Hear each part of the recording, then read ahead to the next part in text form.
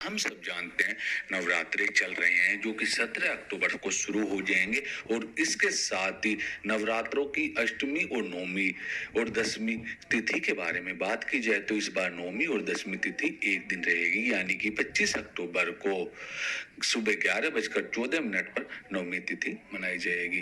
यह समय माता रानी का समय होता है। इस समय में लोग तरह तरह के उपाय करते हैं माता रानी की कृपा पाने के लिए। आज की वीडियो में मैं आपको एक स्वास्थ्य का बहुत ही आसान उपाय बताने वाला हूँ। इस उपाय को अगर आप नवरात्रि के दौरान या किसी भी दिन करते हैं नवरात्रि में, तो इससे माता की कृपा मिलती है। आपके जीवन में हर प्रकार की परेशानी दूर हो जाती है। दोस्तों, इस बार के नवरात्रों के बारे में बात की जाए तो इस बार 4 महासंयोग, यानी कि कितने ही सारे महासंयोग बन रहे हैं, लेकिन इस बार 4 सर्वार्थ सिद्धि योग बन रहे हैं जो कि 18 अक्टूबर, 19 अक्टूबर और 23 अक्टूबर को बन रहा है। वहीं 31 पुष्कर योग भी बन रहा है जो कि 18 अक्टूबर को बन रहा है। ज्योतिष शास्त्र के अनुसार बात की जाए तो इस साल 54 साल बाद गुरु और शनि अपनी ही राशि में है। इस योग को बेहद शुभ और फलदायी माना गया है क्योंकि इस बार नवरात्रों में इतने सारे महासंयोग बन रहे हैं। अगर आप माता के छोटे छोटे और आसान आसान उपाय कर लेते हैं तो आपके जीवन की समस्त परेशानी दूर हो जाती है। तो आइए दोस्तों शुरू करते हैं उस उपाय के बारे में। दोस्तों, इस उपाय को सही तरीके से करने के लिए हमारी इस वीडियो को आखिर तक देखना ना भूलें।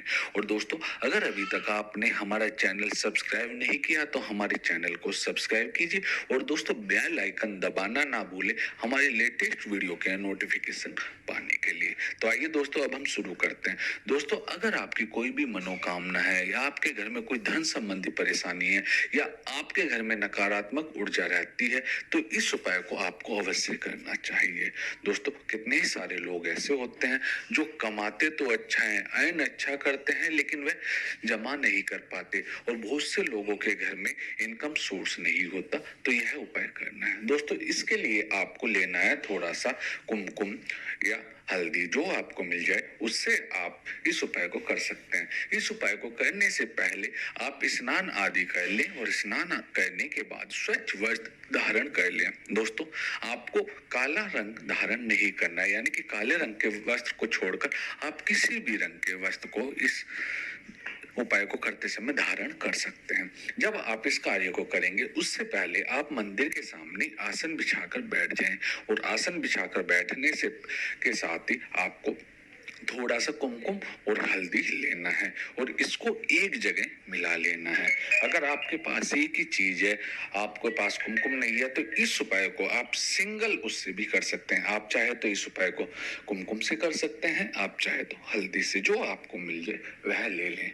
उसके बाद दोस्तों, इसके साथ ही आपको थोड़ी सी चाहिए चावल।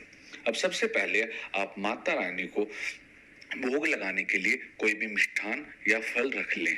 अब सबसे पहले आपको यह जो आपने मिलाया है कुमकुम और हल्दी, इससे सबसे पहले आप माता को तिलक करें और उसके बाद माता को भोग लगाएं और माता से प्रार्थना करें कि वह आपके घर में सदा अपनी कृपा बनाए रखें और आपके घर में सदा वास करें। इसके बाद दोस्तों, अब आपको जब यह अब आपने ले लिया, इससे आपको अपने घर की पूर्व या उत्तर दिशा की दीवार पर यह कार्य करना है। अब आपको यह हल्दी और वो कुमकुम लेना है और आपको अपने उत्तर दिशा की साफ कर लेना है और उसके बाद अब आपको वहां पर बैठ जाना है। दोस्तों, अगर आपके घर में उत्तर या पूर्व की दिशा की दीवार पर आप यह कार्य नहीं कर सकते तो इस कार्य को आप अपने पूजा घर में भी कर सकते हैं। इसके बाद दोस्तों, अब आपको जब यह आप दीवार साफ कर लेंगे, साफ करने के बाद दोस्तों अब आपको अपनी उत्तर या पूर्व दिशा में स्वास्तिक बनाना है और स्वास्तिक बनाने के बाद उसको प्रणाम करना है। इसके साथ ही अब आपने जो थोड़े से चावल लिए थे, इन चावल को इस स्वास्तिक पर छिड़कना है और उसके बाद इस स्वास्तिक को प्रणाम करना है। इसके साथ ही दोस्तों, आपको यहाँ पर एक धूप बत्ती या अगरबत्ती भी जलानी है।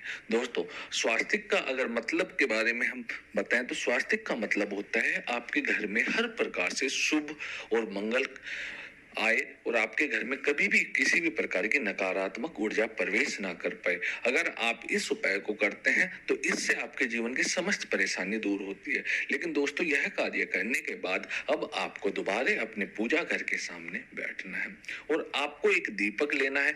दीपक आप चाहे तो आटे का बना सकते हैं, नहीं तो आप मिट्टी का दीपक भी ले सकते हैं। अगर आप आटे का दीपक ले रहे हैं तो आटे का दीपक बनाते समय आपको ध्यान रखना है कि उस आटे में आपको नमक नहीं डालना है। फिर आप उसके आटे से दीपक बना ले। अगर आप मिट्टी का दीपक यूज कर रहे हैं तो आप पुराना दीपक भी यूज कर सकते हैं जो आपके पास पहले से उपलब्ध है, उपस्थित है। उस दीपक को ले लें और लेने के बाद आप पहले उसे धो लें और धोने के बाद अब आपको अपने घर में शुद्ध घी का दीपक जलाना है। इसमें दोस्तों आपको शुद्ध देसी घी डालना है। अगर आपको गाय का घी मिल जाए तो बहुत अच्छा है। वैसे तो दोस्तों हम सब जानते हैं कितने ही सारे लोग नवरात्रों में अखंड ज्योत जलाते हैं। अखंड ज्योत जलाने के कितने ही सारे फायदे हैं। इस सृष्टि में जितना भी शुभ कार्य होता है वह दीपक के थ्रू शुभ माना जाता है, क्योंकि दीपक से हमें प्रकाश मिलता है और जहां पर प्रकाश रहता है वहां पर किसी भी प्रकार की नकारात्मक ऊर्जा और किसी भी प्रकार की परेशानी नहीं आती। इसलिए बहुत सारे लोग इस समय में अखंड दीपक जलाते हैं। वह इसलिए जलाया जाता है जिससे उनके जीवन में कभी भी किसी भी प्रकार की निराशा या अंधेरा ना रहे, हमेशा माता का आशीर्वाद उन पर बना रहे। तो इसलिए आपको एक दीपक लेना है और देसी घी का दीपक जलाना है। दोस्तों, जब आप दीपक जलाएंगे तो आपको एक चीज का और ध्यान रखना है, इस दीपक को आपको सीधा जमीन पर नहीं रखना है। या तो इसके नीचे कोई कपड़ा बिछा ले या आप इसके नीचे कोई बर्तन रख सकते हैं, नहीं तो आपको इसके नीचे थोड़े से चावल रखने हैं। इसके बाद ही आप दीपक जलाएं। इसके बाद अब आपको माता लक्ष्मी की चालीसा पढ़नी है या आरती पढ़नी है, जो आपको अच्छा लगे, जिसको आप आसानी से कर सकते हैं उसको आप पढ़ लें और उसके बाद माता से प्रार्थना करें कि वह आपके जीवन की समस्त परेशानियों को दूर करे और आपके जीवन में आने वाली हर प्रकार की परेशानी हमेशा आपसे दूर रहे, आपके घर में हमेशा धन धान्य बढ़ रहे। दोस्तों, वैसे हम सब जानते हैं जब भी माता आती है हर बार नवरात्रों में दिन के हिसाब से माना जाता है कि इस बार माता का आगमन यानी कि माँ का आगमन कैसे हो रहा है। इन नवरात्रों की बात की जाए तो इस बार माँ का आगमन घोड़े पर हो रहा है। शास्त्रों के अनुसार माँ का घोड़ों पर आगमन होने से पड़ोसी देश के साथ कटु संबंध और राजनीतिक उथल पुथल हो सकती है। और इसके साथ ही बात की जाए विदा होने की तो माँ भैंस पर विदा हो रही है, इसे भी शुभ माना जाता है। दोस्तों, अगर आपको वीडियो अच्छी लगी तो लाइक करें और हमसे जुड़े रहने के लिए हमारे चैनल को सब्सक्राइब करना ना भूलें।